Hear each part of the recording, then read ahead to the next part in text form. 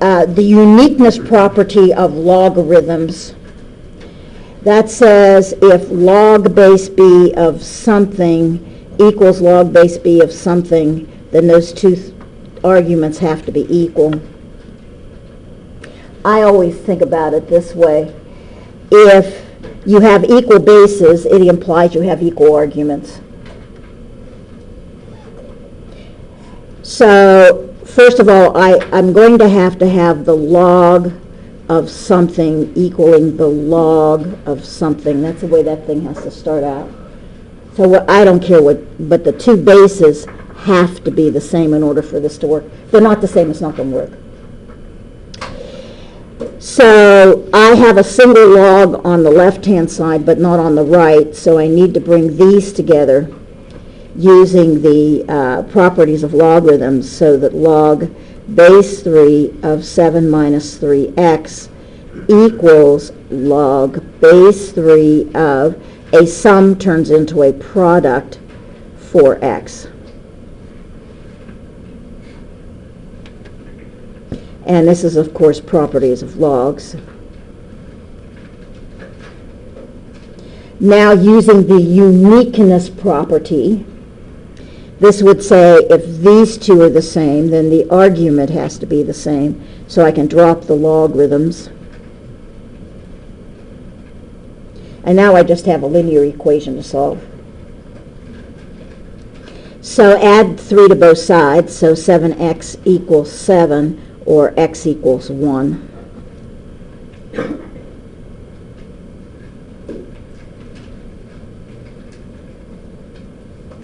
And this would, of course, be the uniqueness property.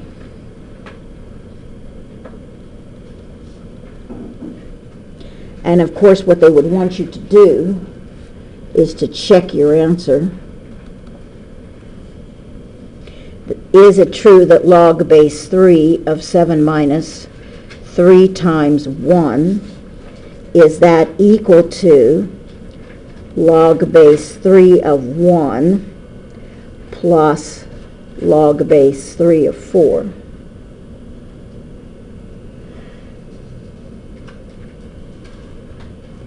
Well, this is 7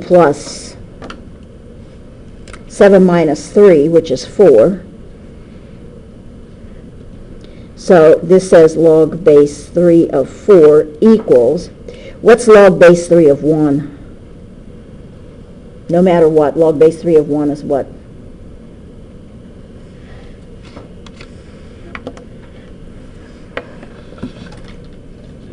Zero. It's a property of logarithms. Log base b of 1, regardless of what the base is 0. So this is 0, and you end up with log base 3 of 4. So it checks, so x equal 1 is an answer.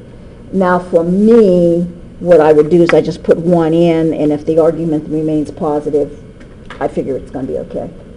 At least, unless I were making sure that the space shuttle needs to land in the proper place, in other words, it's a life or death situation, then I would go in and actually do the grunt work of making sure it did work. But in terms of quickly checking to see whether or not it works, like if I'm on an exam situation, I'll put the number in. If it makes the argument negative, I'd basically be able to toss it out. Or I know I'd have a mistake somewhere along the line.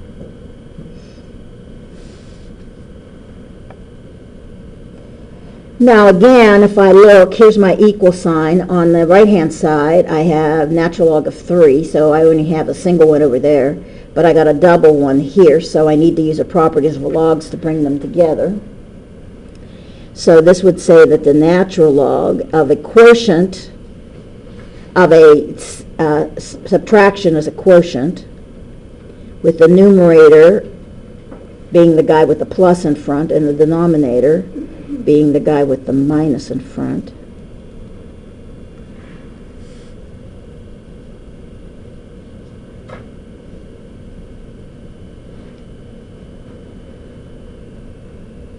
Oops, what did I forget? Natural log of 3. Otherwise, I would have a completely different problem. Now, I have the natural log of something equaling a natural log of something, so the two somethings must be equal.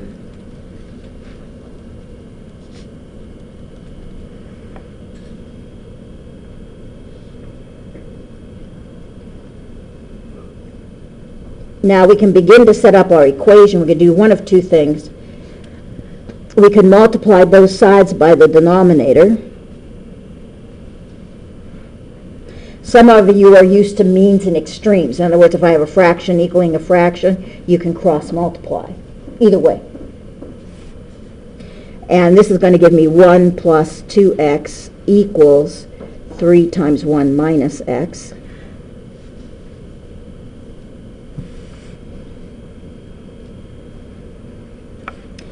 Or remove parentheses, equals 3 minus 3x.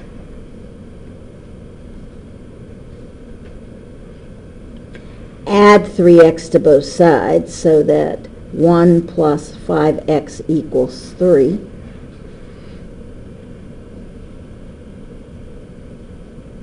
Subtract 1 from both sides, 5x equals 2. Or x equals 2/5. Now I go back and check to see if I put 2/5 in my original problem, do I have a positive argument? Well, 1 plus 2 times 2/5 is positive. Positive plus positive is positive, so it works there.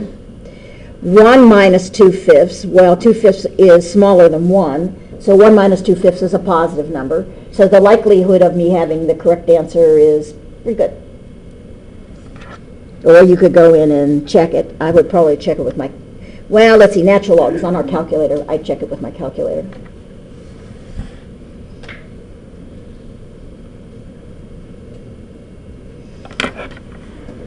Meaning, he taught you the store function on your calculator.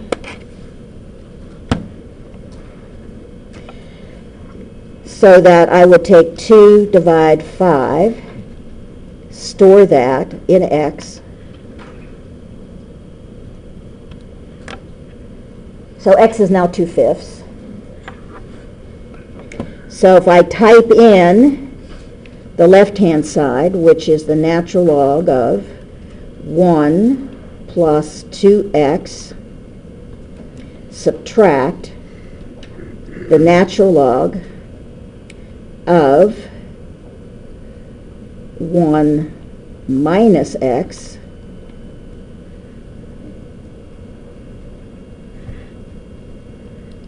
the question ends up being, is that equal to the natural log of 3? Left-hand side, right-hand side? Oh, it's not. You had an extra. I have an extra, oh, that's me.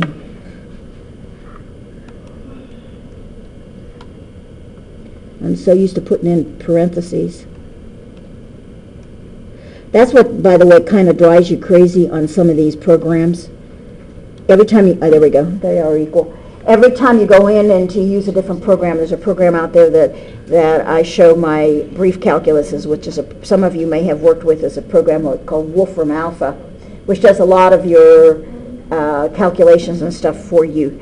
You have to put the parentheses in, so you have to remember, when does it put it in for me, and when does it not put it in for me? So yes, it does check, and you could just easily check it with your calculator that way.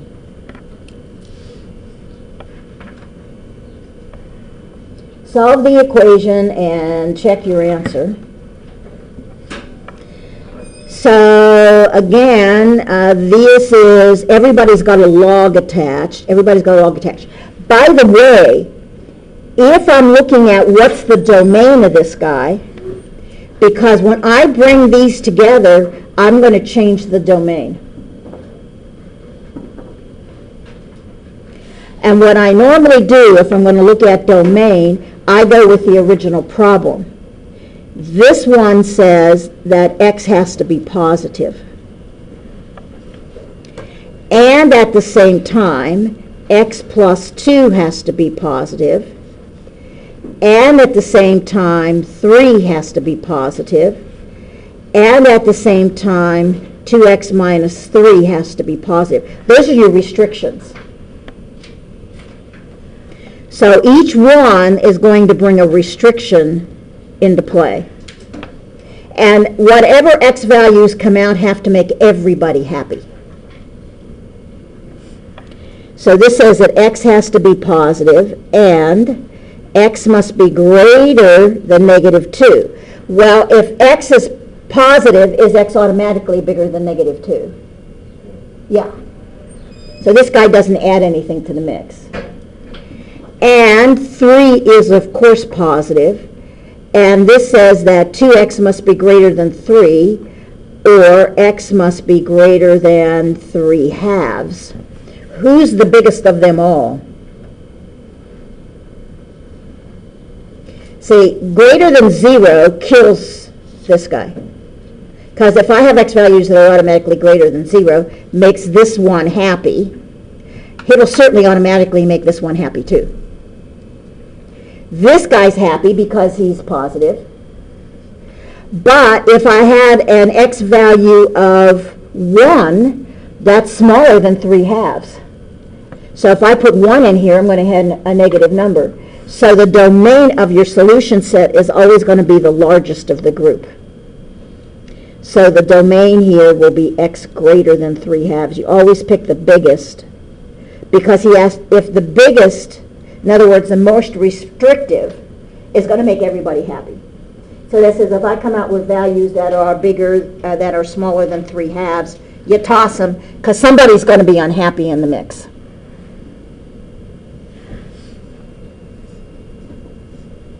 So now I can bring it together, because when I bring it together, I will change the domain of the solution set. You're going to say, well, why?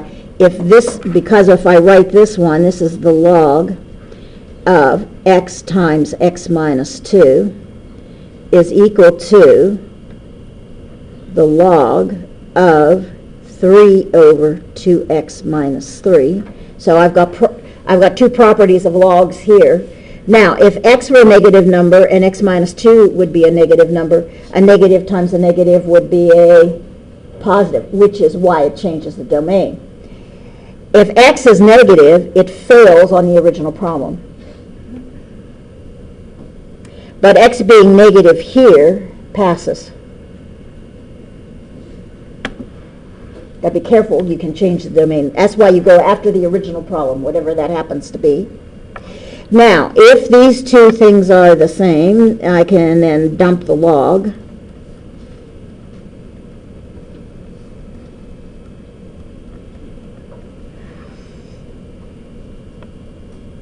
Or that x squared minus 2x equals 3 over 2x minus 3.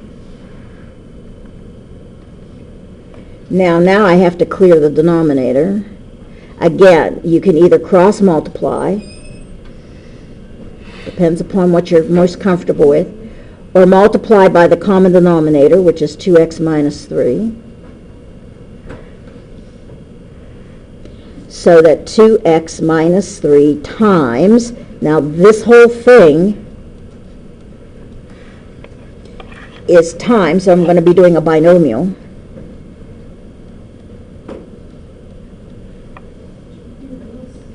Equals 3. I think it's supposed to be x plus 2. Oh, yes, you're right. Well, but I'd have changed something, wouldn't it? Because I'm looking down here, and yes, you're right.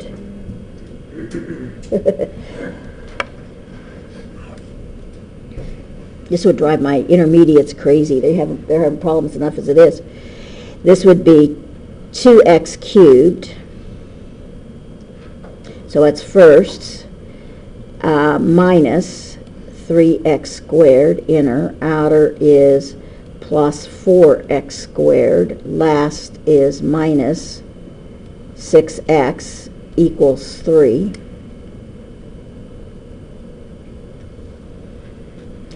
Or 2x cubed plus x squared minus 6x minus 3 equals 0.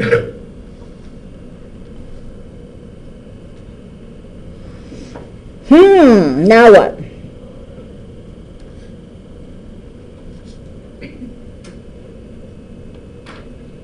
Factor. Factor how? Grouping. Grouping. First two, last two, that's going to change that 3 to a plus. Greatest common factor is x squared times 2x plus 1 minus 3 times 2x plus 1 equals 0. Or 2x plus 1 times x squared minus 3 equals 0. This tells me x is negative 1/2. This says that x squared minus 3 equals 0, or x squared equals 3, or x equals what? Plus or minus. Plus or minus square root of 3. I have 3 solutions.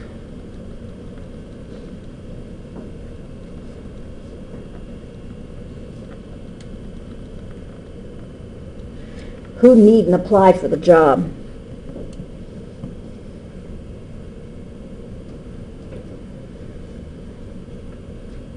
What's the domain of this solution set? X has to be what? Greater than who? 3/2. Is negative 1/2 greater than 3/2? No. Is square root of 3 greater than 1.5?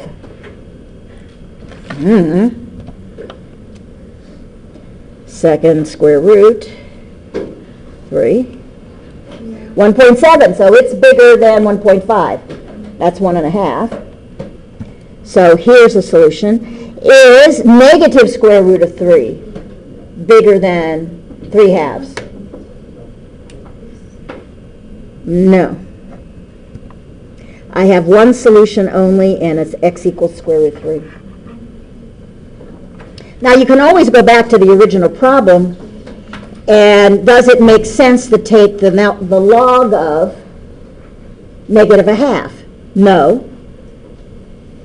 Can't take the log of a negative number. Does it make sense to take the log of square root of 3?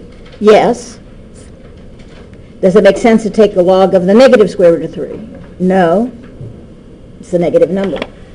So if I go back to the original problem will also help me toss out without having to go back in and check your answers. But so will the domain. Domain helps me do that too.